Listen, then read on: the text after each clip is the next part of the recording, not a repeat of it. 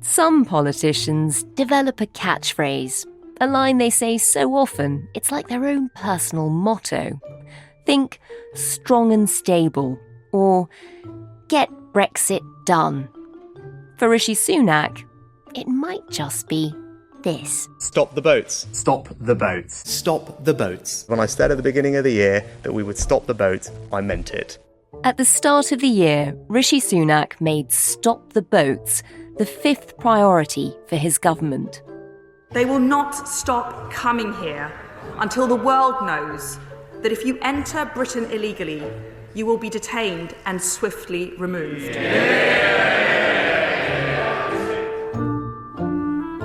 In order to stop the boats, Rishi Sunak and his Home Secretary Suella Braverman have introduced the Illegal Immigration Bill, which is currently working its way through Parliament. Removed back to your country if it's safe, or to a safe country, a safe third country like Rwanda. And that is precisely what this bill will do. But the bill has faced a strong backlash from human rights organisations and the church, who point out that it's not just stopping illegal immigration, it's also stopping all genuine claims for asylum, which would be against international law and basic human rights. But earlier this week, the Prime Minister flew to Dover on a charm offensive to bang the drum for his flagship bill. Before I launched my plan in December, the number entering the UK illegally in small boats had more than quadrupled in 2 years. But in the 5 months since I launched the plan, crossings are now down 20% compared to last year. But do those figures give us the full picture? Are the government's plans on migration working? And when it comes to small boat crossings, is this really a crisis or a political weapon? You're listening to Stories of Our Times from The Times and The Sunday Times. I'm Manveen Rana. Today, can Rishi Sunak really stop the boats?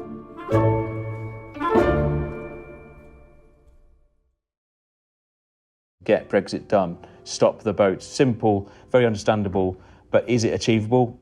Matt, I think I can hear Big Ben behind you. Are you in the middle of watching all the latest political movements from the coalface? It's nice to have Big Ben chiming again. It's good fun, especially when you're on deadline and every 15 minutes you're reminded that you're getting closer to that print deadline. Hello, I'm Matt Dathan. I'm the Home Affairs editor of The Times. I'm speaking to you today from a room in Parliament. Matt, take us back to earlier this week when the Prime Minister, Rishi Sunak, arrived in Dover and held a press conference. This morning I've been out in the Channel with our new Small Boats Operational Command. And the whole experience just reinforces how tragic, morally wrong and profoundly unfair this situation is. We've got organised... You were there. Just describe the scene to us. Tell us what it was like being there and tell us what he was doing there. Yes, well, a group of journalists was invited to his press conference, which was being held at a secure location, which is the Western Jetfoil processing site, just off the harbour in Dover. That is where Border Force bring in migrants who they've rescued from the Channel. And the idea is that they are only there for a matter of hours.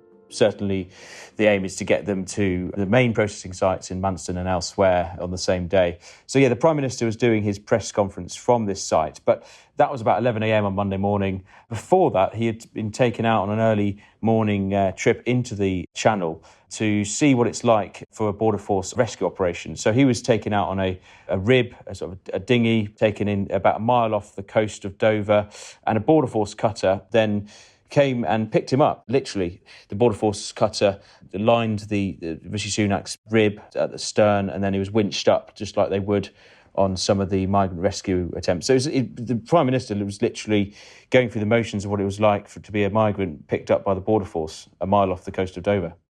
And how did he seem to respond to it? Well, I wasn't there, but I was shown a video from one of the Border Force officers afterwards. They said he coped very well, given it was very rough conditions. The waves were about half a metre, the swell was apparently about 1 to 2 metres. It was quite a windy day out at sea. They had 100 sick bags on board, but they weren't needed, thankfully. And as he stood there, delivering this press conference, across the podium was the slogan, "Stop Small Boats," and that seems to have become his motto. It's a key part of government messaging at the moment. Just tell us a bit about that. When did that become the policy? That was on I think it was the 4th of January, the first Monday of the year. It was part of his 5 priorities for his government before the next election. Fifth, we will pass new laws to stop small boats, making sure that if you come to this country illegally, you are detained and swiftly removed. It did surprise some people because it's a policy that's very ambitious if you think about the scale at which the numbers have increased over the last 4 years. 45,755 migrants crossed the Channel in small boats last year. He's pledged to reduce that to 0 before the next election. That's a very ambitious pledge, but is it achievable? He thinks it is. Many others don't think it is. And Matt, just stepping back, just remind us of how big a problem this is that he's taken on. You've said this is an ambitious plan. How big a problem are small boats? I think everyone agrees that it's a big problem simply for the safety of those on board. It's an incredibly dangerous journey, 21 miles, often more, because you don't just go straight directly across the channel. They often run out of fuel, so they're floating in the middle of the channel waiting to be rescued. That's incredibly dangerous. And these small boats are not safe boats. They're often just inflatable dinghies. Absolutely. And actually on Monday, when we visited Dover for the press conference, Border Force showed us just how dangerous these boats are. And they're getting more dangerous. They're up to 13 metres now. Very makeshift, inflatable. They don't really have a proper base. The base is often just plywood. It was just really quite shocking to see just how dangerous they are. So that's the first reason why it's such a big problem. It is horrifying to think what these people are going through. It's also a problem, a lot of people would say, because of the numbers and how they've been going up. Just give us a sense of how the scale has changed. Yeah, small boat crossings started as a phenomenon in 2018. Told you a moment ago that Sajid Javid, the Home Secretary, who cut short his Christmas holidays, has announced that there will be 2 Border Force vessels redeployed from their current duties to help patrol in the English Channel. It was described as an emergency by the then Home Secretary Sajid Javid. Earlier today, I held meetings with senior officials from the Home Office, from the National Crime Agency and the Border Force to see what more we can do, both here at home but also with our French friends, in protecting our borders. This incident around the Channel, it remains of very serious concern to me, and that's why I declared it as a major incident a few days ago. And that was only when about 300, 400 people had come across in small boats. 2019 saw just under 2,000, 2020 saw 8,500, 2021 saw 28,000 come across, and then that rose last year to 45,000. This year, the worst case scenario forecasted by the Home Office was forecasting about 80,000. The best case scenario for them was the same as last year, which was 45,000. But actually, so far this year, numbers are slightly lower than they were over the same period last year. So we've had 7,610 as of the date of the Prime Minister's press conference on Monday. And that is about 23% lower than the 9,954 migrants who had crossed over the same period in 2022.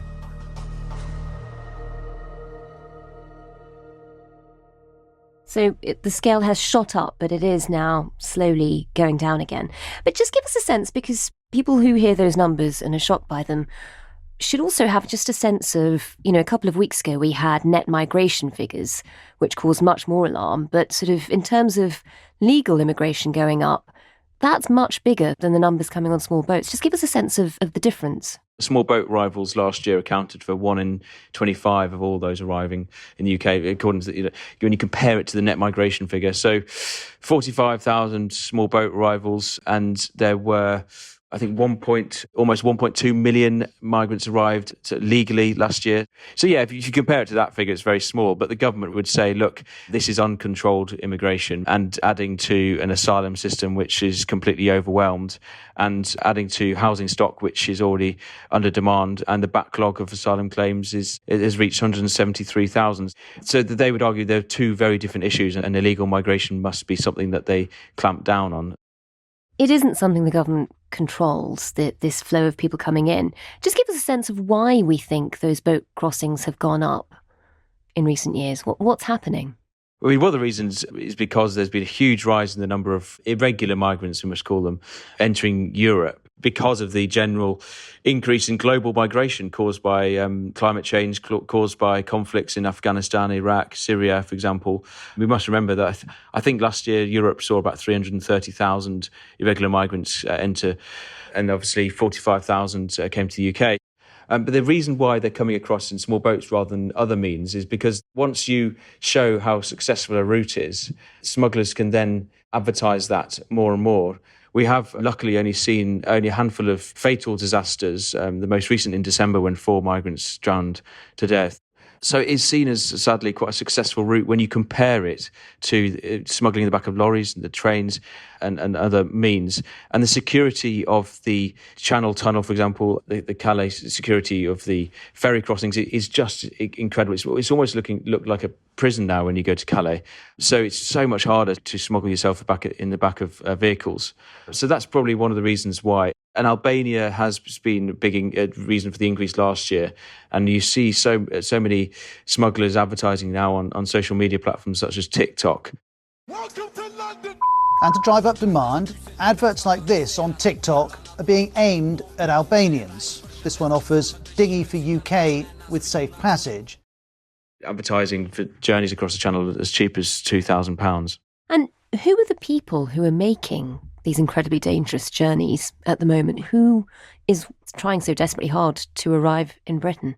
It's fascinating, actually, to see the change in the trend of nationalities. One constant over the last 2 years has been Afghan asylum seekers, and that's been a massive phenomenon since the Taliban seizure of Kabul in August 2021. Since then, Afghans have made up the largest number of people crossing the channel in boats. But the other nationalities differ. You've got Syrians, Iraqis and Iranians predominantly in the top 5. But last year, Albanians made up the second largest, with 12,301 migrants from Albania made the crossing. But Albanians have reduced massively since then. So far this year, only 139 have crossed, and that compares to 2,000 over the same period last year. So Albanians have dropped off, and they've been replaced, intriguingly, by Indian nationals who have come across in large numbers this year. And actually, on Monday, the Home Office published new stats since April, which showed that Turkish nationals are the third largest nationality. And that is, they think, because of victims of the earthquake in February have been displaced and are coming over here. And Matt, you mentioned that the number of Albanians has gone down markedly. The government sort of had a policy on this. Does that mean that the policy is working? If you were talking to Rishi Sunak, which sadly or not, you're talking to me, he would say, yes, the deal we struck in December with the Albanian government, which built on the existing returns agreement, the idea was that we would fast-track asylum claims from Albanians, so they would either be accepted or rejected within weeks, and those rejected would be removed under a new boosted agreement with Albania. We've returned 500 illegal migrants to Albania, and we are seeing far fewer come as a result.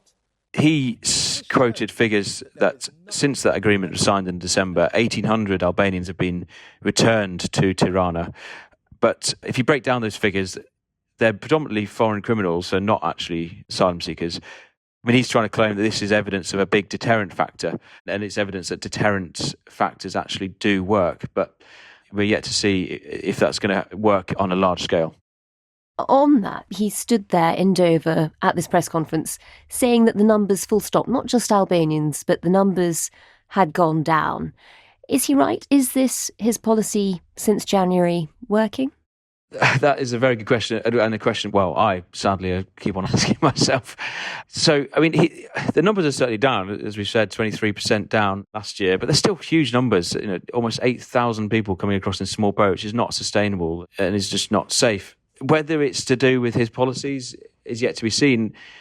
As we've discussed, the Albanian deal seems to be having an effect, but there's lots of other things that are having an effect. And to be fair, they are linked to to government actions.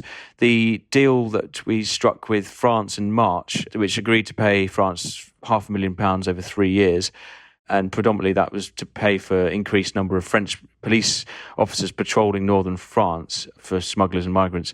That has played a role because the French, for the first time, are intercepting more than half of attempted crossings. So the interception rate is now 53%, and it was 42% last year.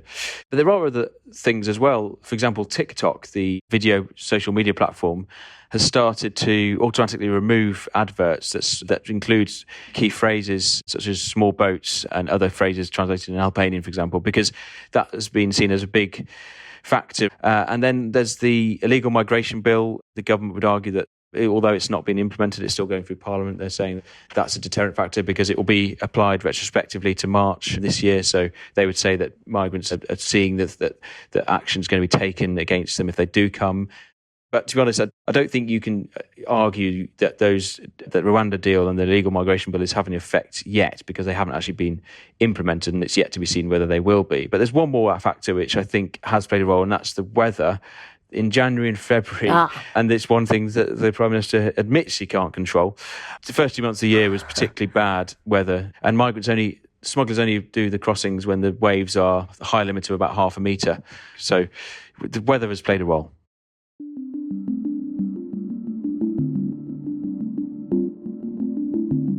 Matt, just talk us through the current process. When these people are arriving in small boats to the shores of Britain, what happens then? So they are initially taken to the site that we had the press conference with the Prime Minister at the Western Jetfoil in Dover, makeshift sort of porta-cabins.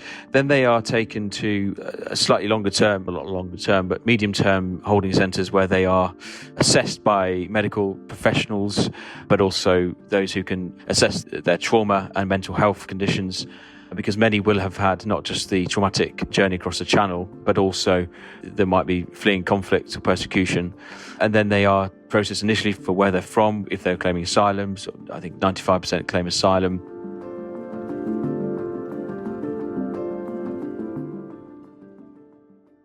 The idea is that process is done within sort of 48 hours.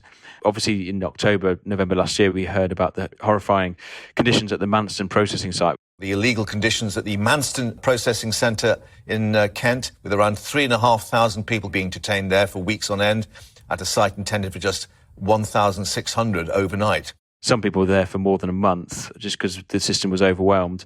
They're then dispersed to alternative accommodation, and that might be hotels or it might be dispersal accommodation, so the accommodation that the councils provide for asylum seekers. And the idea is that they're only there in the medium term, hopefully up for 6 months. I think more than half are taking more than a year, so they're often in hotels or a dispersal temporary accommodation for more than a year. They are soon to be using the new alternative mass accommodation, such as the old RAF sites at Scampton, the old military site at Wethersfield in Braintree in Essex, an old prison site in East Sussex, and on the 3 barges that have been announced. The Prime Minister said the government had bought 2 more accommodation barges to house up to 1,000 migrants. That, he said, would relieve pressure on communities and hotels. So those will start accommodating migrants from later in June. Rather than paying hotel bills? Yeah, because hotels is now costing £6 million a day. There's 45,000 asylum seekers in hotels. So there's about just over 100,000 asylum seekers who are being housed by the state, whether in hotels or alternative accommodation. And about half of those, so about 45,000 to 50,000, are in hotels. And of those people, I mean, you mentioned earlier that about 75% are approved. So even though it's being dragged out, a lot of them will have the right to stay at the end of it. Yeah, that's right. The grant rate is, 3 and 4 will eventually, after a very long process. So it seems like the real problem seems to be this endless delay that's causing such difficulties. Well, why is there such a big backlog? Yeah, that's right. So 173,000 asylum seekers are waiting for their claim to be processed. And that has shot up over the last 3 years as small boat arrivals arrive. I mean, the reason for the delay, some people are a bit more cynical and think it's a deliberate slowdown tactic by the Home Office to make it so unattractive to claim asylum here that you'll be waiting for months on end and then it might put off people from coming or claiming asylum. But the reality is that it is just an incredibly inefficient process. People who come across the channel in small boats typically do have far less evidence, documentation for where they are to back up their claims for asylum, so that naturally takes longer for Home Office caseworkers to work through. There was a report by an audit done by the UN's Refugee Agency published last week, which found that Home Office asylum caseworkers are completely overworked, undertrained. So on average, I think it's just under less than one asylum claim per caseworker processed each week. And that needs to quadruple if the Home Office is to clear a backlog of 92,000 asylum claims by the end of the year, which is what the Prime Minister pledged. That's so interesting. So if they want to stop spending $6 million a day on hotels, etc., one way of doing it would just be to have better trained staff, and more efficient staff. Yeah, that's right. And to be fair to the Home Office and the Prime Minister, that they have realised that, and they've announced that the number of asylum caseworkers will increase to 2,500 by, I think it's August this year. That is double the number that were employed, I think, back in the autumn. So it is a big upscaling of staff, but obviously those staff need to be trained. It takes on average 9 months for them to be fully trained. We were pouring through the stats, actually, when they were last published at the end of May, and the percentage of the pace at which the asylum caseworkers go through the claims from small boat arrivals is tiny compared to the other asylum claims. So last year, about 40,000 small boat arrivals claimed asylum. But of those 40,000, only 1% have had their asylum claim processed. And of those 1%, the majority were rejected. So it suggests, and Robert Jenrick, the immigration minister, hinted at this, that they are deprioritising asylum claims from small boat arrivals, because if you could show that your asylum claim will be processed within a matter of weeks, then the argument is that they would rush over in even greater numbers, and they are actually prioritising the 30-odd thousand other asylum claims that are made, which we don't really focus on as much. And those claims are coming from people who have come to the UK on other visas and overstayed and don't want to go back to their countries, or they've come through other irregular means, such as arriving off planes without a visa or through the back of lorries, etc.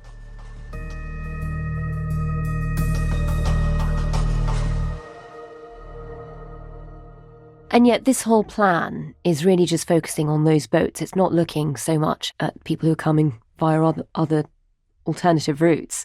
Just take us back to the government's big policy on this. With permission, Mr. Speaker, I would like to make a statement about the government's illegal migration bill. Just spell out, what exactly does this new illegal migration bill focus on? What are the main points? He said that anyone entering this country illegally will be detained and swiftly removed. So the fundamental idea is, through this bill, they want to bar anyone who comes to the UK irregularly, i.e. illegally in the eyes of the government, whether that be for a small boat, whether that be in the back of a lorry, or whether it be on a plane without the right visa. There'll be a blanket ban on you claiming asylum. So that would mean that there wouldn't be any asylum claims to process from these people. And the only way you to claim asylum is through safe and legal routes, which don't actually exist in large-scale forms at the moment. But the idea is, once you've removed the asylum claim, the backlog, then you can create safe and legal routes from, say, countries like Sudan, which is suffering a conflict, and they would be able to claim asylum. And then those who do come would be detained indefinitely, so you would only be able to apply for immigration bail after 28 days, but there's no guarantee that you'd be let out of bail. And that, at the moment, includes children, by the way, unaccompanied children. And then the idea is that with those people in detention, you would arrange for their swift removal within a month of them arriving, possibly a bit longer, to either their home country. So if they came from Albania, back to Albania. If they came from Eritrea, back to Eritrea. Or if they can't be sent back, such as Afghanistan, we do not operate removals to Afghanistan for the obvious reason that the Taliban often will persecute them because they fled. Then they will be sent to what the government calls a safe third country, such as Rwanda. But the problem is we've only got one deal in place with a safe third country, barring a limited deal with Georgia. And the Rwanda deal is stuck in the courts. The Court of Appeal has heard that government plans to deport asylum seekers to Rwanda are unfair to torture survivors. In December, the High Court ruled the controversial policy is lawful, but several individual asylum seekers have been allowed to challenge that decision. So they're banking quite a lot. They're putting a lot of their eggs in one basket, and that basket is Rwanda at the moment. And this bill, introduced by Suella Braverman, did win support in Parliament. It was backed by MPs in April, but it is still seen as very controversial by many other people in the country. Just explain again why people are unhappy about it. Unhappy for lots of different reasons. A, because there is the argument that it breaches Britain's obligations under international law. So that is the UN Refugee Convention of 1951, by barring people the right to claim asylum. Under international law, anyone has the right to claim asylum. You don't have the right to be granted asylum, but anyone has the right to arrive in a country and claim asylum. And the mode of transport, the mode of how you get there, is irrelevant to your right to claim asylum. There's also arguments that it breaches the European Convention of Human Rights on several different grounds, such as your right to liberty, because you'll be locked up for no crime, just for the offence of claiming asylum. So international obligations is one. Another thing that the bill proposes is to bar those who arrive illegally from claiming any protection under Britain's modern slavery legislation. And that Modern Slavery Act, brought in by Theresa May, was seen as a beacon, a world-leading piece of legislation across the world. It will bring in tougher measures to deal with slave drivers, tougher sentences for those who are committing this appalling crime of modern slavery. But it will also enhance protection for victims. And then there is the idea of detaining unaccompanied children. Detaining children was a policy that was paused and suspended by the coalition government in 2010. And this government is proposing to bring back the use of detention for even unaccompanied children who come across the Channel. That has proved to be controversial for a lot of people. It's even won quite a lot of criticism from the church because it does seem to be uncharitable. Is it appealing to some of the Conservative Party's core voters? Yeah, absolutely. The bill is, I think, really targeted at a lot of the voters that turned to the Tories in 2019. A lot of red wall seats, according to internal government polling, see the small boat crisis as one of the government's biggest failings, and they want a policy to eradicate the problem of small boats. They see that the fact that the government is going far more radically than Priti Patel and Boris Johnson did under Rishi Sunak as a real proof that Rishi Sunak does treat their priorities just like they see them. So the illegal migration bill is seen by the Conservative HQ as a real key plank of the next general election. In a way, can we see something a bit more about Rishi Sunak's politics through this? Because he does seem to be spearheading these policies. Are we learning more about his own personal beliefs? Yeah, I think that's right. It's a really good point, how it's revealing Rishi Sunak and what he really believes fundamentally. I think there's been this sort of common misconception from lots of people at Westminster that's about Rishi Sunak's fundamentals or beliefs. He is fundamentally quite a social conservative when it comes to immigration in particular. He was on the Brexit campaign, and that included for the reasons of immigration. And what we've seen with this pledge and other pledges is that he's willing to take a gamble. I guess when you are so behind in the polls that you will take drastic measures to try and regain your standing in the polls. But I think that it did raise eyebrows on Monday when he was so willing to start publicly claiming that his plan is working when it's only early June, and the vast majority of crossings last year came after June. So 52% of the crossings, for example, came in July, August, September. And so come the autumn, the numbers might well be higher than they were last year. And yet you've got the Prime Minister who's claiming personal credit. And so that means that he's going to have to take personal blame if the plan doesn't work. But he's willing to take that gamble. You started off by saying this was an ambitious plan. Do we think it's too ambitious? Is he ever going to be able to actually stop the boats? Well, I think I'd answer that in two different parts. It's ambitious from the reality. If you take away the politics, it's very ambitious. And yes, overly ambitious to think that you're going to go from 45,000 to zero within a 2-year period. and probably less than that, given the election will probably be before December 2024. Politically, it's probably not too ambitious, because you are seeing a man who is very ambitious, very determined, and just works non-stop, unlike some of his predecessors, to try his best to meet his priorities. And he said yesterday, and he says it over and over again, I won't stop until I stop the boats. And I think the point about making ambitious policies is the hope that the people will see that they're very ambitious, and as long as they see that your plan is having an effect and maybe hasn't worked yet, if you can show that you've made significant progress, then the idea is that you'll get the trust of the people to carry on with that plan. It could work politically, but realistically, if you take the politics out of it, then I cannot see it working.